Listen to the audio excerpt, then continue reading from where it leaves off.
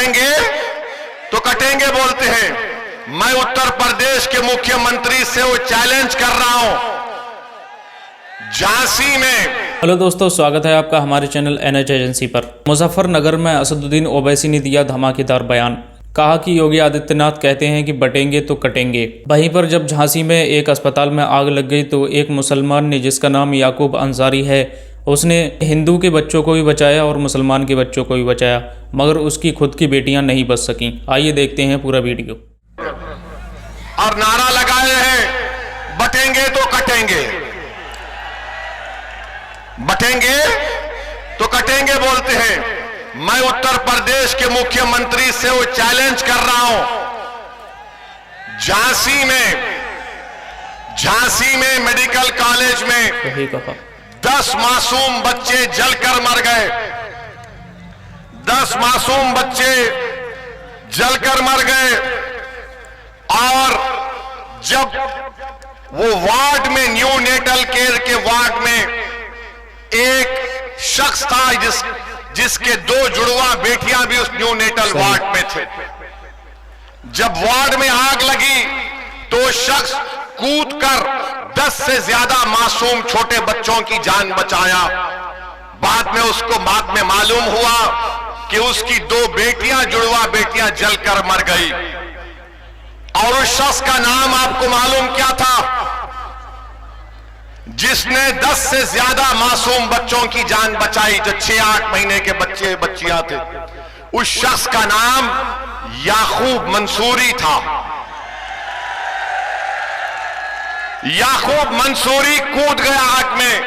ये नहीं देखा मुख्यमंत्री बाबा योगी आदित्यनाथ, नरेंद्र मोदी, देखो याकूब मंसूरी आग में कूदकर ये नहीं देखा कि किस समुदाय, किस मजहब के मानने वालों के बच्चे हैं।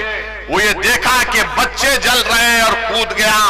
ये अल्लाह को कुछ और ही मंजूर था, वो अपनी 2 मासूम जुड़वा बच्चियों को नहीं बचा सका। मैं योगी आदित्यनाथ को चैलेंज कर रहा हूं, क्या तुम याकूब मंसूरी को बुलाकर उसके सामने बोल सकोगे बटोगे तो कटोगे? बोलो योगी आदित्यनाथ, क्या तुम बोल सकोगे कि बटोगे कटोगे? याकूब मंसूरी को बोलो। क्या देश के प्रधानमंत्री याकूब मंसूरी को बुलाकर बोलेंगे एक है तो सेफ है? किसके लिए नारे लगाए जा रहे हैं? किसके खिलाफ जहर फैलाया जा रहा है बीजेपी की तरफ से?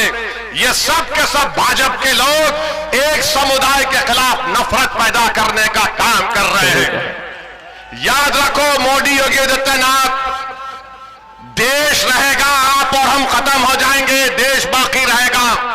और इस देश की ताकत यहां की भाईचारगी और मोहब्बत है।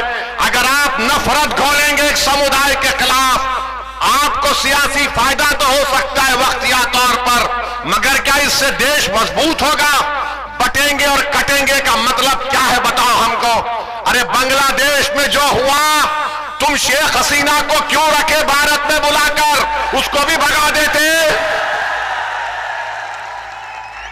बांग्लादेश से भाग कर शेख हसीना आ गई। मोदी जी बोले आ जाओ मेरी बहन, यहां पर रह जाओ।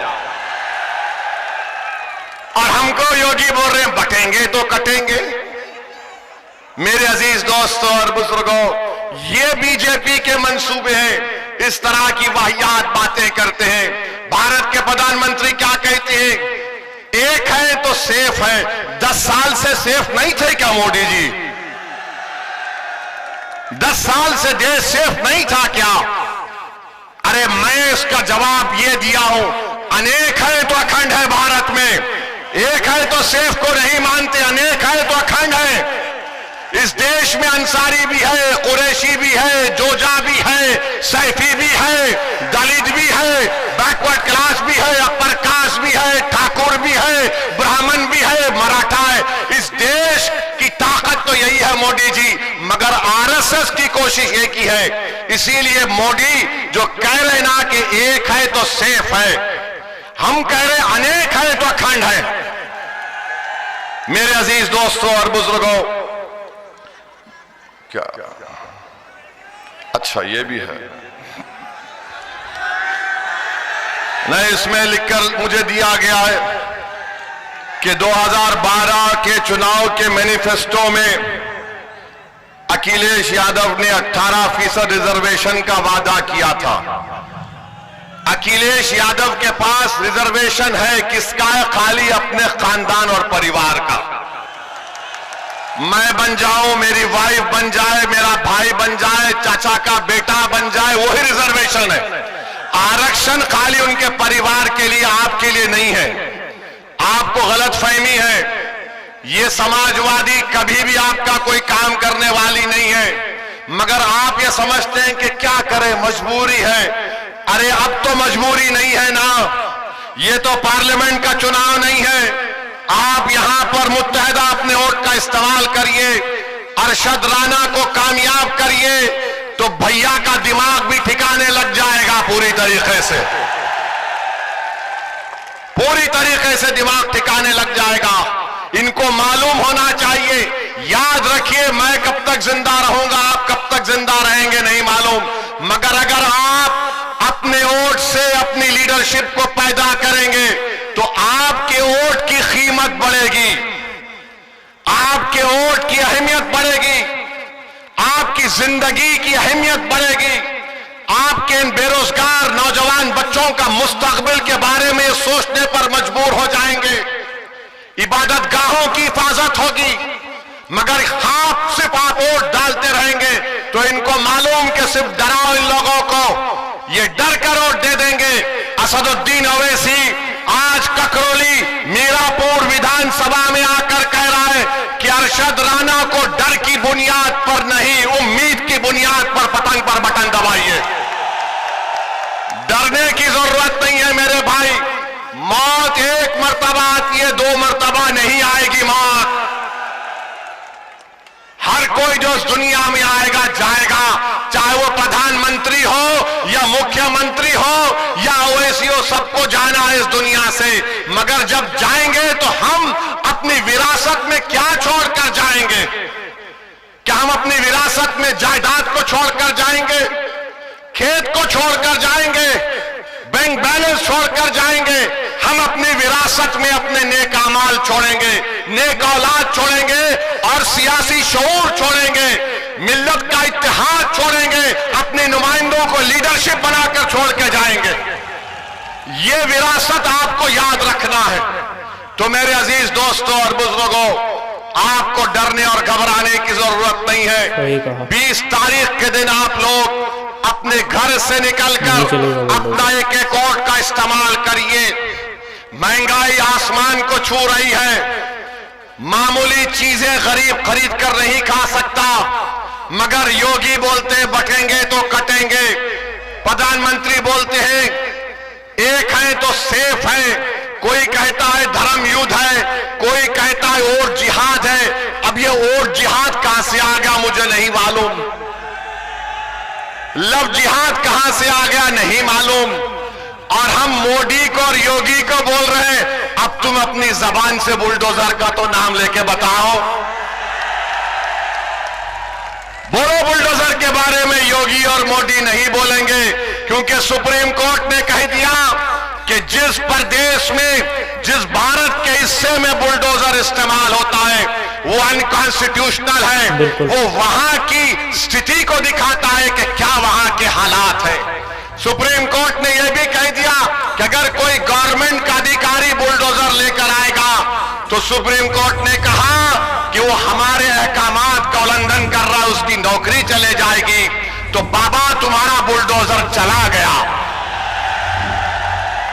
तुम बुलडोजर लेकर आएंगे, सुप्रीम कोर्ट तुमको सुप्रीम कोर्ट में कंटेम्प्ट की नोटिस देगा। 15 दिन का टाइम देना पड़ेगा। 15 दिन के टाइम से पहले बुलाकर बात करना पड़ेगा, रिकॉर्ड करना पड़ेगा, उसकी सुनवाई करना पड़ेगा। कितने गरीबों के घर को बुलडोजर से तोड़ दिया गया। सुप्रीम कोर्ट ने कहा कि क्या यह नजारा अच्छा है कि लोग अपने घर को जब बनाते हैं अपनी जिंदगी की खून पसीने की कमाई से बनाते हैं, लोग बेघर हो जाते हैं, आसमान के नीचे खड़े रह जाते हैं। अरे कितना जुल्म इन लोगों ने किया। मुझे यकीन है कि अल्लाह उन बेजुबानों का आवाज जो तकलीफ उन बेजुबानों ने उठाई, अल्लाह इंसाफ करेगा। जो बुलडोजर से हुकूमत कर रहे हैं, इंशाअल्लाह ताला तुम्हें शिकस्त भी होगी तो बुलडोजर की तरह तुमको शिकस्त होगी। आज इख्तिदार तुम्हारे पास है, अरे सत्ता किसी के पास रहने वाली नहीं है। बीजेपी वालों, इंदिरा गांधी भी यही समझती थी कि मैं हूं, मगर इंदिरा गांधी चले गई, दूसरे आते हैं। आज योगी और मोदी यही समझते हैं कि हम हैं तो भारत है। नहीं, भारत इनसे बड़ा है, देश उनसे बड़ा है, संविधान उनसे बड़ा है, और इस देश की जनता इन तमाम नेताओं से बड़ी है। मेरे अजीज दोस्तों और बुजुर्गों, मैं आपसे फिर से अपील कर रहा हूं कि आप मजलिस इत्तेहादुल मुस्लिमीन का साथ दीजिए। आप जानते हैं कि बुढ़ाना में नबी करीम सल्लल्लाहु अलैहि वसल्लम के शान में किसी ने अनाप शनाप बकने की कोशिश की तो क्या कोई लाल टोपी पहनने वाला गया था? कोई लाल टोपी पहनने वाला गया था? यही हरा कपड़ा डालकर जाने वाले मजलिस इत्तेहादुल मुस्लिमीन के लोग थे। हमारे 19 लोग जेल को गए, मगर हम जब जेल को जाते हैं तो हम बोलते हैं कि ससुराल में गए हैं। और ये तो हजरत यूसुफ अलैहिस्सलाम की सुन्नत भी है। बड़े बड़े लोग जेल को गए और जब जेल से निकले तो बड़े नेता बने, मगर भैया जेल को नहीं जाते। आजम खान जेल को चले गए, अब्दुल्ला जेल को चले गए, मगर भैया नहीं जाएंगे। भैया के बारे में बोलेंगे ले दरी बिछाओ, जवानी कुर्बान। अब मालूम हुआ कि आज रोड शो करने आ रहे हैं। अखिलेश, आपने गलत टाइम लिया यहां पर आने का आज है? अच्छा, मालूम हुआ कि भैया ने कहा कि अब शेर के धार के सामने कुछ नहीं कर पाएंगे तो कैंसल कर दिए वो। तो इसका मतलब समाजवादी चुनाव हार चुकी है, मान चुकी है। आप ये बात समझ लीजिए। तो आप 20 तारीख के दिन अपना एक एक वोट पतंग के निशान पर बटन दबाएंगे इंशाअल्लाह। इंशाअल्लाह बोल दिए। फिर यहां हम जाने के बाद इब्लीस के लोग आकर कान में खुसखुस करेंगे, ये अरशद राणा जीता तो क्या होगा, क्या फर्क पड़ जाएगा, भाजपा आ जाएगी। अरे भाई, भाजपा आई मेरी वजह से नहीं आई, इन लोगों की वजह से भाजपा आई है। हम क्या, अच्छा यहां पर यहां का सांसद आरएलडी का है नहीं है? आरएलडी का है ना, बिजनौर के। आपने वोट दिया, किसको दिया? आपने आरएलडी को तो वोट नहीं दिया ना। कितनों ने नहीं दिया? तो उठाओ। अच्छा, आप ये बोलेंगे हमारे भाषण के बाद ओवैसी आएगा तो आरएलडी बीजेपी जीत जाएगी। मेरा जवाब यही है कि हां, मैं भारत में बैठकर कमला हैरिस को हरा दिया और ट्रंप को जिता दिया, और क्या बोलो, मैं जिम्मेदार हूं। यानी हम यहां पर बैठ जाते नहीं है। ये इनके कांग्रेस के एक नेता बोले हां ओवैसी लड़ता नहीं है, मगर उसकी भाषण का इतना असर होता है कि हम हार जाते हैं। मेरे भाई, ये सब बहाने हैं। कोई जीत हार चुनाव है, कोई जीतेगा तो कोई हारेगा। आपसे हम अपील करने आए हैं कि मुत्तहिदा तौर पर 20 तारीख के दिन आप लोग अपना एक एक वोट का इस्तेमाल करिए, पतंग के निशान पर बटन दबाइए, उत्तर प्रदेश में मजलिस इत्तेहादुल मुस्लिमीन को मजबूत करिए। आपके पास एक बेहतरीन कैंडिडेट अरशद राणा आपके सामने है। समाजवादी पार्टी के भी उम्मीदवार हैं, उनके परिवार से उनके बड़े लोग यहां पर सांसद भी रहे हैं, मगर उन्होंने इस विधानसभा के लिए क्या काम किया आप मुझसे बेहतर जानते हैं। मैं आपसे सिर्फ यही अपील करने आया हूं, एक लंबा सफर करके आपसे आया हूं। महाराष्ट्र से निकलकर आज वेस्टर्न यूपी के इस इलाके में सिर्फ इसलिए आया हूं ताकि आपके दरमियान में खड़े होकर मैं अपनी दिल की तकलीफ को अपने जबान के जरिए तुम्हारे सामने बयान कर सकूं। मैं इसलिए आया कि नाइंसाफी का जिक्र तुम्हारे सामने कर सकूं। मैं इसलिए आपके दरमियान में आया मेरे बुजुर्गों। मेरे गयूर नौजवानों, ताकि हमारी आवाज उत्तर प्रदेश के विधानसभा में गूंजे। एक मर्तबा आप मंजलिस के उम्मीदवार को कामयाब कर दीजिए और देखते जाइए कि आपके मसाइल कैसे हल होते हैं। वरना याद रखिए, ये समाजवादी और बीजेपी एक सिक्के के दो रुख हैं, एक सिक्के के दो रुख हैं। मैं करीब से देख चुका हूं इनको। ये चाहते हैं कि, मानते हैं कि मजबूर है, ये कमजोर है, इनको डराओ, ये डर जाएंगे।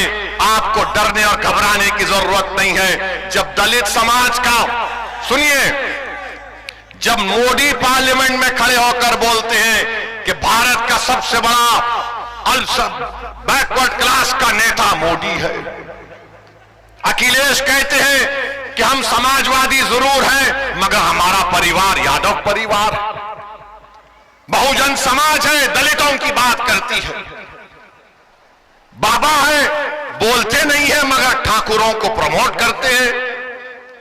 हर समाज अपना नेता बना चुकी है और आप लोग सिर्फ सोच रहे हैं कि क्या करें क्या करें। अरे करना कुछ भी नहीं है, उनको देखो, अपने अरशद को कामयाब करो और कुछ भी करना नहीं है। अगर आप सोचते रहेंगे, डरते रहेंगे, मेरे भाई 70 साल हो चुके हैं, 18 लोकसभा के चुनाव हो चुके हैं, हम कब तक सोचते रहेंगे? अरे एक मर्तबा अपने दिल की आवाज को सुन लो।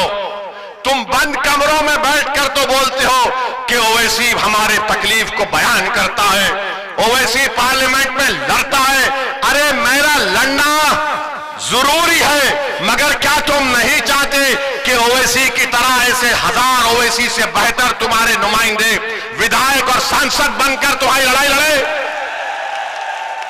ये आपको फैसला करना है 20 तारीख को। बस यही चंद गुजारिशात मुझे आप तक कहना था। मैं यहां पर आया हूं, आपका बेहद शुक्रिया। मैं आखिर में कुंदरकी की आवाम से भी माफी चाहता हूं कि किसी टेक्निकल वजह से मेरे हमारे कैंडिडेट हाफिज वारिस की इंतखाबी मुहिम में शिरकत नहीं कर सका। मैं कुंदरकी की आवाम से भी अपील कर रहा हूं कि हाफिज वारिस को आप वोट देकर कामयाब करिए। अच्छा, वहां पर जो बीजेपी के उम्मीदवार हैं,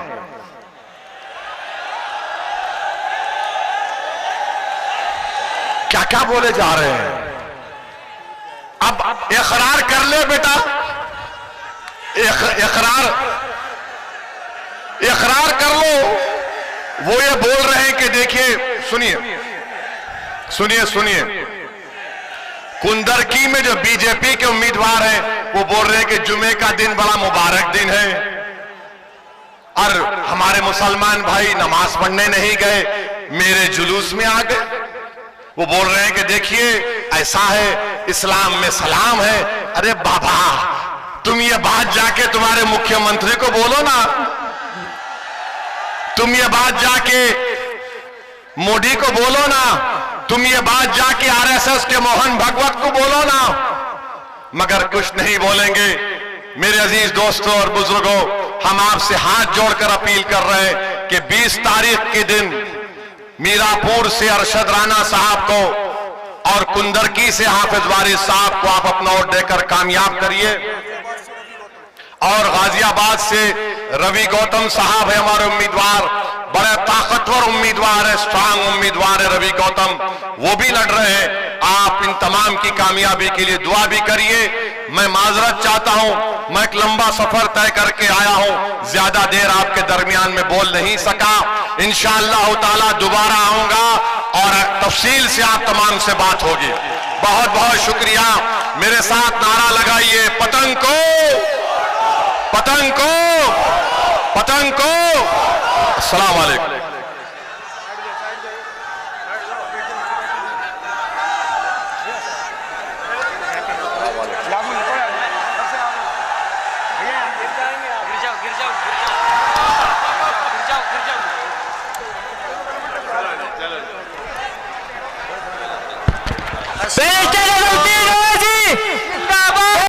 बड़ी अच्छी बात कही असदुद्दीन ओवैसी साहब ने कि भारत के लोगों से भारत है, ना कि भाजपा के होने से भारत है। नरेंद्र मोदी और योगी आदित्यनाथ ये समझते हैं कि हमारे होने से भारत है, और अंधभक्त भी ये कहते हैं मोदी है तो भारत है। लेकिन जनता ने मोदी को प्रधानमंत्री बनाया है, जनता चाहे तो गिरा भी सकती है। असदुद्दीन ओवैसी साहब की इस स्पीच पर आपकी क्या राय है, कमेंट में ज़रूर बताएं। और हमारे चैनल पर अगर आप नए हैं तो चैनल को सब्सक्राइब ज़रूर करें।